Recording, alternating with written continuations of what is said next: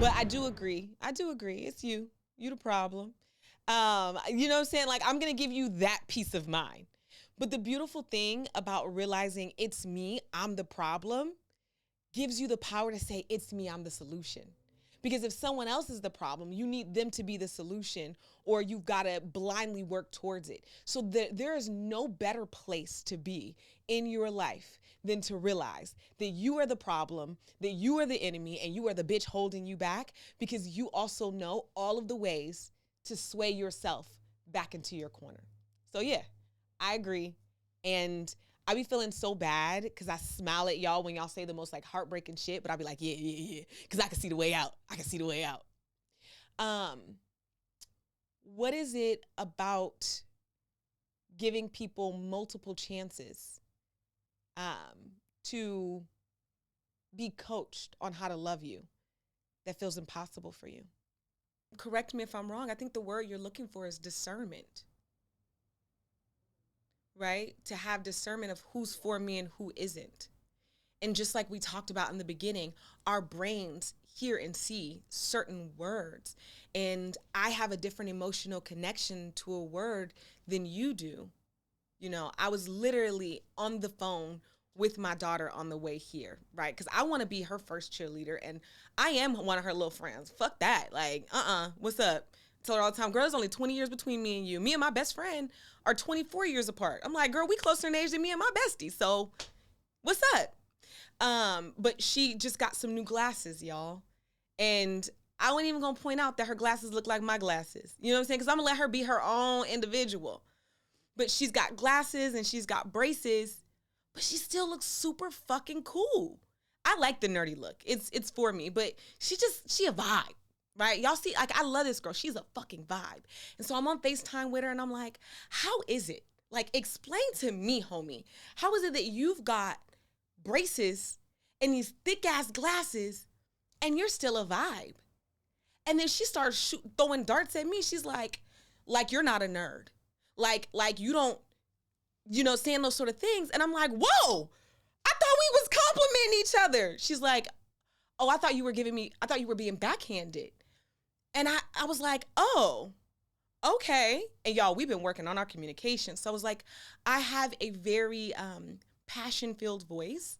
And I say things so matter-of-factly that it sometimes sounds like sarcasm. So I can see how you thought I was giving you a backhanded compliment. And she's like, and I'm over here, I've been with dad and my brother for a couple of weeks now, and men are always clowning. She's like, they're always clowning me, so I can see how I don't see a compliment as at face value. And I was like, damn, well, how can I let you know when I'm talking shit and when I'm being serious? Because I will be talking shit sometimes. And she was like, I don't know. And I was like, okay. And, in the end, not to like just keep on belaboriously explaining that conversation, but in the end, I was like, well, if you ask me, I will always tell you if I'm being facetious or if I'm giving you a genuine compliment. But if you don't even have the strength to confirm that gray area between, is this bitch throwing shade or, you know what I mean? Then your brain is always just going to see the story that it knows. And if the story that your brain knows is somebody is throwing shade, somebody is putting me down, somebody is manipulating me, then our brains are lazy. So our brains are like, I don't want to think about what this is about. Do we have any other time when someone said something to us and they were being shady? Oh shit, we got more of those memories than somebody actually complimenting us and meaning it. So survey says they talking shit. But we've got to find that strength in the middle to say, hey, you just said something and I'm not really sure what you meant. Like, bitch, you talking shit? And it doesn't always have to be, angry and aggressive. And that's something that I learned in my early days of boundary setting. Again, that pendulum we swing. When I went from being docile, that's so hard for me to admit, me being docile.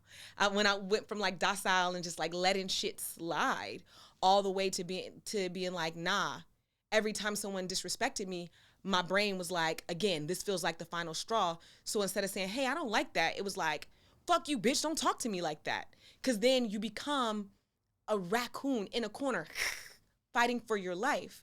And the truth is, when we get like that, it's because we're not really sitting in our power. When it's hard for you to hold boundaries, then your go-to is to be aggressive and to show your teeth and to show them that you are dangerous, to get them to back up because you don't feel like you have enough power to say no twice. Because saying no the first time be hard as fuck. So now if I'm not like, get the fuck away from me. If I'm just like, no, that doesn't work. They may not hear me and I'm used to not being heard. So let me get big and let me get dramatic. Or in the case that you were saying, let me fucking disappear. Cause she'll know she crossed me when I don't answer her fucking phone calls no more. Meanwhile, that girl probably don't even know what the fuck is going on. Like, oh, she must have got busy. Don't even know she offended you. Right? And then you see her in person randomly and she's like, hey. And you're like, hey. Later on, you're like, fake ass bitch. In her mind, she never knew. People be at war with themselves. You be at war with yourself. And so for me, at least, if I'm going to go on a fuck that bitch mission, I'm going to confirm with you 2 or 3 times. Bitch, this the path we going down, right? Deadass? You mean that shit? Okay, so this is who you are. But I think we owe it to ourselves to find some way of confirming that. We've talked about this before. For me, judgment is big. I don't care about people who I don't care about judging me. But if I fuck with you and I feel judged, it actually kind of, it hits my heart a little bit, right?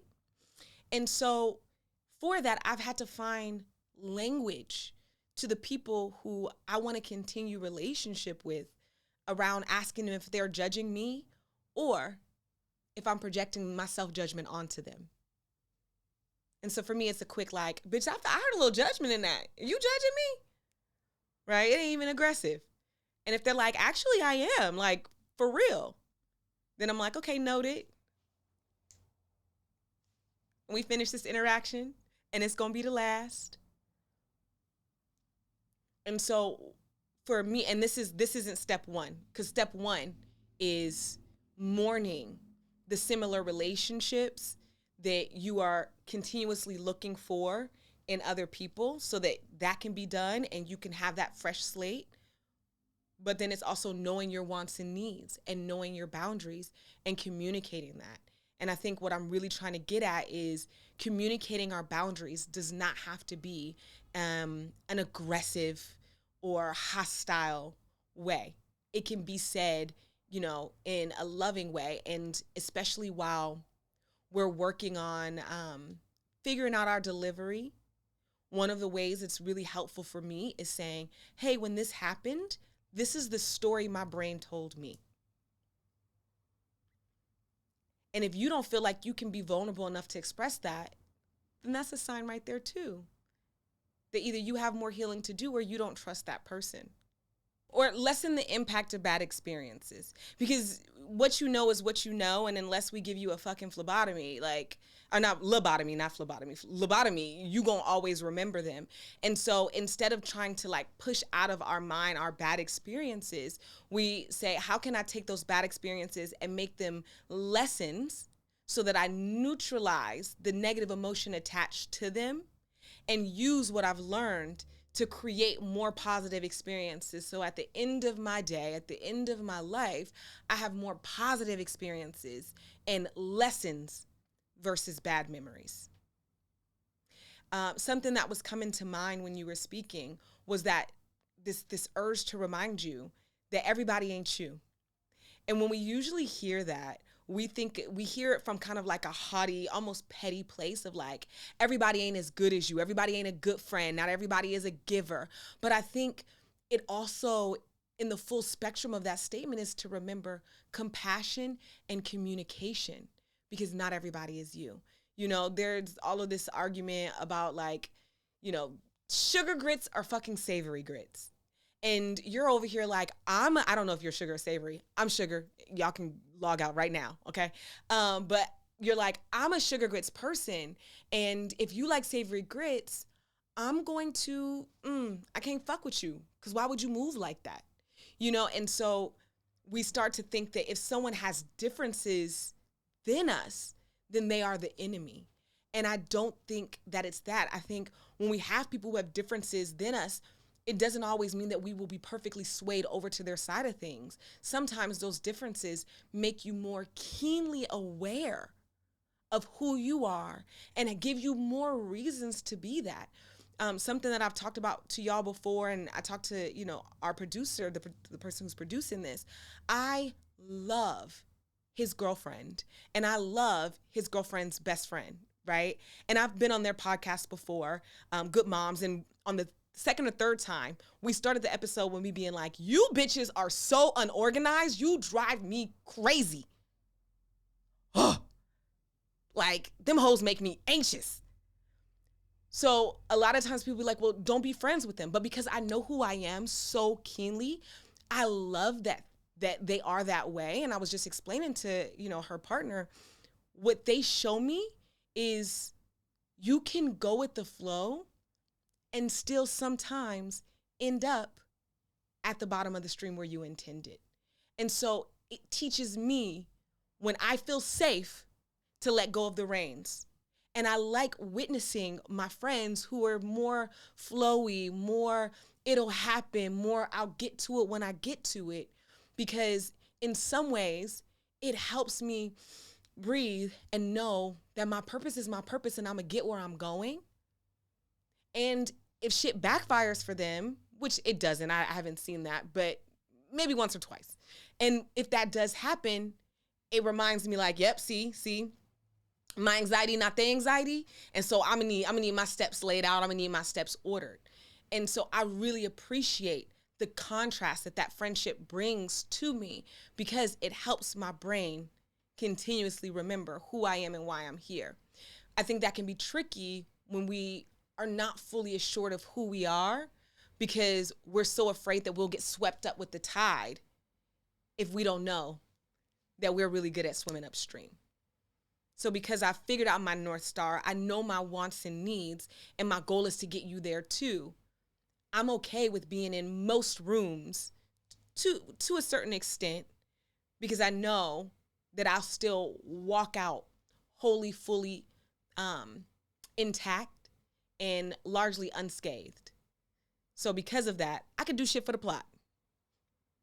But where we are now, because I'm just talking to y'all about the future selves, where we are now is figuring that out, figuring out where you have wiggle room and where you don't, and not, being afraid of yourself and other people. So as soon as they do some shit, you like, I barely know who I am, so I can't be, check that off. And how do we communicate that to people? Say, hey, this is how I function. This is what works for me. And I like to consider myself as someone who will give you the user's manual to fucking with me and to work with me. And if I see that I give you feedback on how to get the best out of me, and you don't take the time to be a reader, then that is enough. That's enough for me to let you go. Because I gave you the boundaries, which is actually the directions of how to get the best out of our friendship.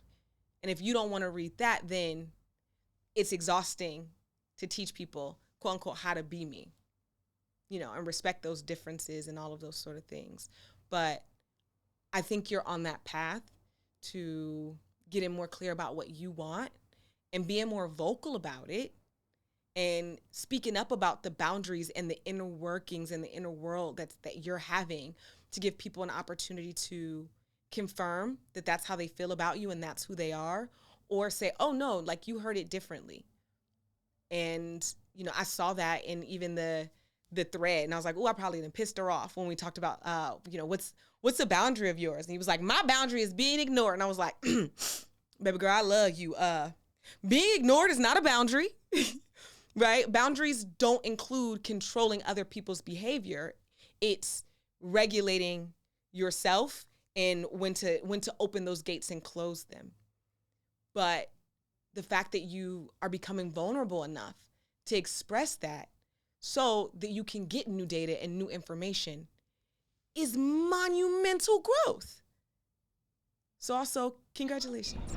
A deep, deep thank you goes out to you, BaeFriend, for tuning into the Shift Show. I'm Britteny Floyd-Mayo, founder of Trap Yoga Bae, your positive psychology advocate, and master confidence coach. I'm so glad that you joined me on this journey of self-discovery and transformation. My goal with Shift Show is to bring you real, raw, and unfiltered clips from live coaching sessions that can inspire you to live your best life and get your shit together. I'm so glad you joined me on this journey of self-discovery and transformation. Don't forget to follow me on social media at Trap Yoga Bae to find out how you can be in the room live, as well as catch behind the scenes content and daily inspiration. You can listen to Shift Show everywhere you listen to audio. You name it, bitch, I'm there. Thanks for being a part of my BaeFriend community. Stay fabulous, keep shining, and remember, you can get your shift together so you can keep your shit together. Until next time, BaeFriends. Mwah.